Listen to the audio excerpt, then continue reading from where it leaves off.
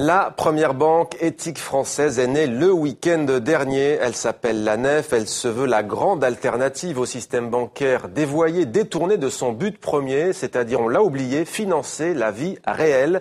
En Belgique, d'autres aventuriers de la vie quotidienne caressent le même rêve. Ils ont fondé la banque coopérative New B, nouveau B, traduisons, puisque nous sommes la chaîne francophone, et ça marche.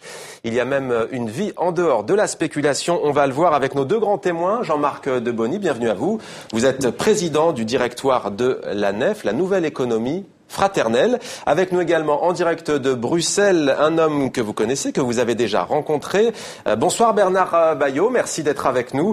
Vous êtes donc, le président de la coopérative Newbie. Restez avec nous, on va vous entendre dans un instant. Le temps pour moi de poser au fond une question très simple à Jean-Marc Debonny. Comment est-ce que vous définiriez la banque éthique ?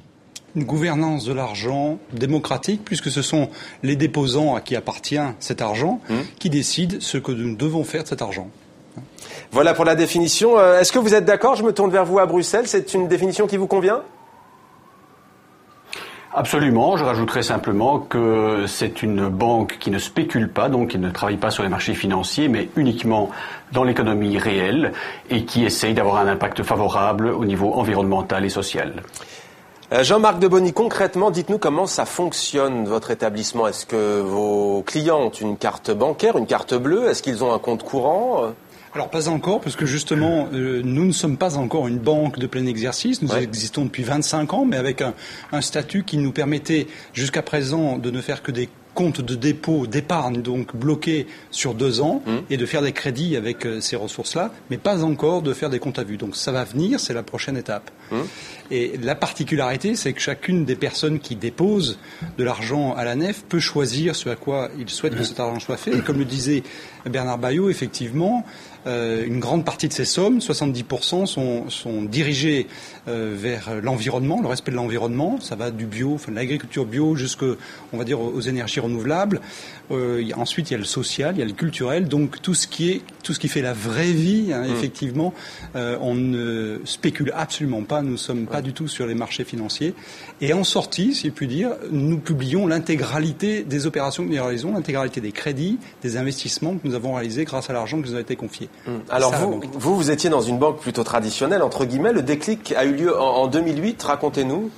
En 2008, je repose le paysage, la crise financière, un choc assez profond. On découvre que les banques font un tas de choses qui ne sont pas forcément respectueuses de la personne et de l'environnement, et voire même qui détruisent des richesses à grande échelle. Donc, à un moment donné, vous dites, qu'est-ce que je peux faire, moi, avec les compétences que j'ai, est-ce que je peux faire quelque chose ?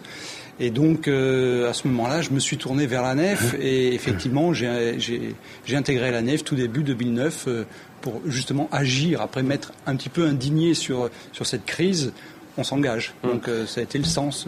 Bernard Bayot, à Bruxelles, en Belgique, en direct sur TV5 Monde. Alors, avant d'aborder, votre déclic, peut-être quelques mots sur la coopérative Newbie. De quoi s'agit-il ? Alors tout d'abord, ce n'est pas encore une banque, c'est un projet, une coopérative qui veut devenir une banque, un petit peu à l'instar de la NEF en France ou d'autres exemples européens, il y en a plusieurs. C'est quelque chose qui s'est déclenché après la crise financière. Il y a une réflexion, bien entendu, à la fois sur la régulation des marchés financiers en général, mais aussi sur la nécessité d'une alternative. Et c'est ainsi que toute une série d'organisations sociales en Belgique se sont rassemblées pour créer cette coopérative. Aujourd'hui, nous sommes pratiquement 50 000 coopérateurs, dont 120 organisations sociales qui sont très représentatives de toutes les sensibilités belges. Et nous avons l'ambition de pouvoir créer cette banque dès l'année prochaine. Est-ce que selon vous, Bernard Bayot, les banques, la finance n'auraient pas été assainies depuis 2008, contrairement à ce qu'on entend ici et là ? Alors écoutez, je pense que deux choses. D'abord, la régulation elle-même s'est un petit peu renforcée effectivement depuis 2008. C'est bien le moins qu'elle pouvait faire. mais certainement pas de manière suffisante. Quand on regarde, on entend beaucoup parler pour l'instant du traité, la négociation du traité transatlantique avec les États-Unis. Vous savez que les lobbies américains des banques sont en train de plaider aux États-Unis le fait qu'il faudrait déréguler davantage aux États-Unis le marché financier pour davantage ressembler aux Européens. Pour une fois, c'est nous qui donnons le mauvais exemple. Je pense que nous n'avons pas été assez loin. Alors vous faites... Et en ce qui concerne les banques elles-mêmes... En ce qui concerne les banques elles-mêmes, moi je constate que les banques traditionnelles n'ont pas fort évolué. Elles ont certainement pris certaines mesures, mais pas suffisantes. Et je crains fort qu'on revienne effectivement aux anciennes habitudes. Jean-Marc Debonny, même question. On entend parfois que ça y est, tout serait réglé depuis 2008. Votre sentiment ? Non, je pense que tout continue. Et particulièrement, effectivement, malheureusement en Europe, en France, on a bien essayé de faire une loi de séparation des activités bancaires. Cette loi est à peu près creuse en termes d'effet, donc c'est même le journal de la profession qui en début 2013 titrait loi de séparation bancaire, plus de peur que de mal, 90% des activités y échapperont. Donc voilà, tout est dit en un seul titre. Mais comment croire très franchement aujourd'hui à la transparence ? Toutes les banques ont joué la carte de la moralisation à un moment ou à un autre. On le voit aujourd'hui à longueur de journée avec des publicités. Même les banques normales, entre guillemets, se disent éthiques. Pourquoi est-ce que les citoyens croiraient en vous ? Écoutez, on ne demande pas aux gens de nous croire sur parole. On montre. On prouve. Donc, que quelque chose d'autre peut exister. Que quelque chose d'autre peut exister. On montre que ce que nous faisons de l'argent et ce que les gens souhaitent en faire eux-mêmes, et donc on soumet à leur propre jugement éthique, c'est l'utilisation de cet argent. Donc à eux de dire si effectivement ça correspond à ce qu'ils souhaiteraient en faire ou pas, et si effectivement ça ne correspond pas, ils votent avec leurs pieds, comme je dis, ils s'en vont et quittent la banque. Vous, en tant que dirigeant, par exemple, vous vous engagez à n'avoir jamais de bonus, ce qu'on appelle les stock options c'est très clair, nos rémunérations sont complètement transparentes, on pratique une échelle de salaire qui est publiée, donc au sein même de l'entreprise, au sein même de la nef, nos sociétaires savent combien effectivement nous sommes payés, mais ça c'est, commun à toutes les entreprises. Mais on s'engage sur une échelle resserrée de salaire, effectivement. Bernard Bayot, j'évoquais le mot avec Jean-Marc Debonny de transparence. C'est vrai que ça fait sourire quand on entend parler de banque éthique, de transparence. Vous, si vous deviez nous convaincre ce soir, qu'ajouteriez-vous de plus que Jean-Marc Debonny ? Mais d'abord, je vous poserai une question. Pourquoi est-ce que ça vous fait sourire ? Vous savez qu'une étude vient d'être faite il y a quelques jours en Belgique. 23% des Belges, donc pratiquement 1 sur 4, souhaitent devenir membres et clients d'une coopérative bancaire qui soit sobre, transparente, éthique. Ça fait 3 sur 4 qui sourient quand même. Oui, mais enfin, disons que s'il y en a déjà 1 sur 4 qui ne sourit pas et qui nous rejoint, c'est déjà un premier succès. Donc, je ne peux que les engager à le faire d'une part, mais d'autre part, je crois qu'effectivement, il faut en fait modifier complètement le modèle. Il faut revenir à cette participation qu'on évoquait il y a un instant. Pour vous donner un exemple, nous allons à partir de septembre, au niveau de la Newbie, puisque nous sommes un projet en construction, mener une campagne qui sera probablement de 18 mois, au cours de laquelle chaque semaine, thème par thème, nos coopérateurs vont décider de la politique de crédit de la banque. Est-ce qu'on va financer ou pas l'armement ? Est-ce qu'on va financer ou pas tel ou tel comportement sociétal acceptable ou moins acceptable ? Et ce sont donc les clients, les coopérateurs qui vont décider de cela, et le management n'aura qu'à suivre les instructions qui lui seront données.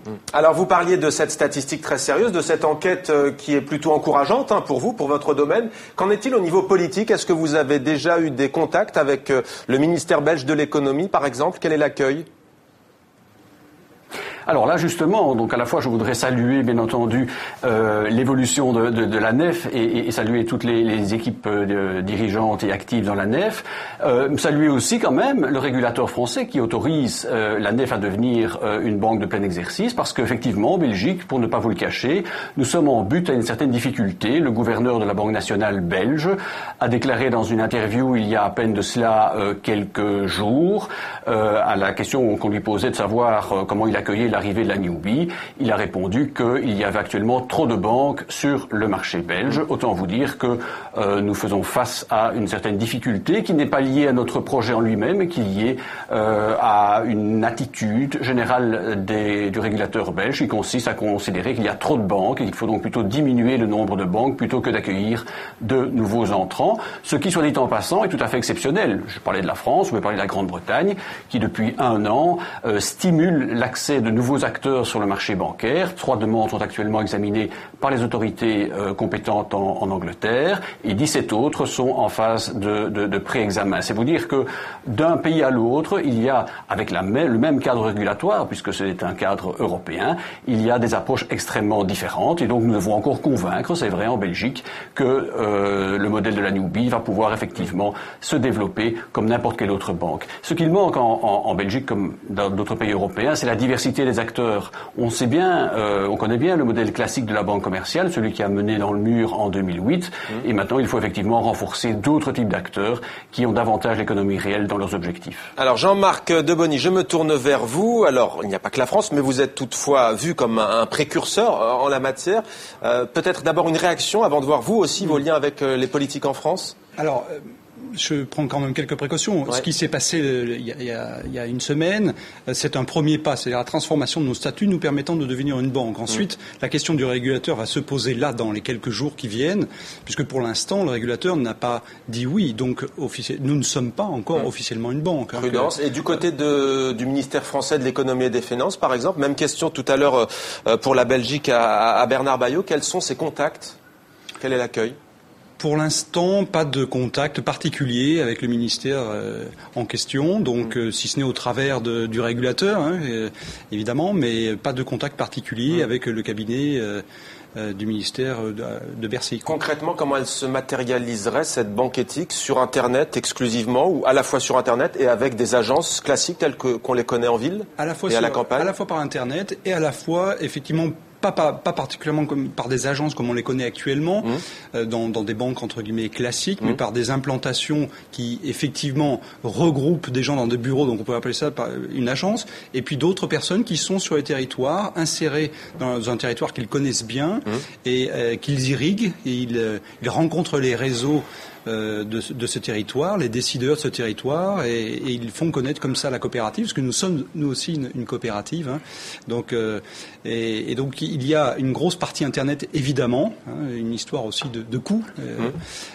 Ça pourrait profiter à qui, à quelle clientèle, à une classe moyenne, à des gens plutôt pauvres, modestes ? Alors aujourd'hui, parmi nos 35 000 sociétaires, on a, je pense, une palette très représentative de la population française. On va vraiment de personnes qui ont fait un choix volontaire de s'engager dans cette voie, s'engager dans une sobriété, même parfois de façon assez forte, jusqu'à des personnes qui sont tout à fait à l'aise, qui sont redevables de l'impôt sur la fortune.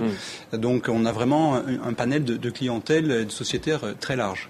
Merci beaucoup à vous Bertrand Baillot, à Bruxelles en Belgique. Je rappelle que vous êtes donc le président de la coopérative Newbie. Merci à vous également Jean-Marc Debony. Je rappelle que vous êtes président du directoire de la NEF, la nouvelle économie fraternelle. Merci à tous les deux d'avoir accepté de témoigner ce soir dans 64 minutes sur TV5 Monde.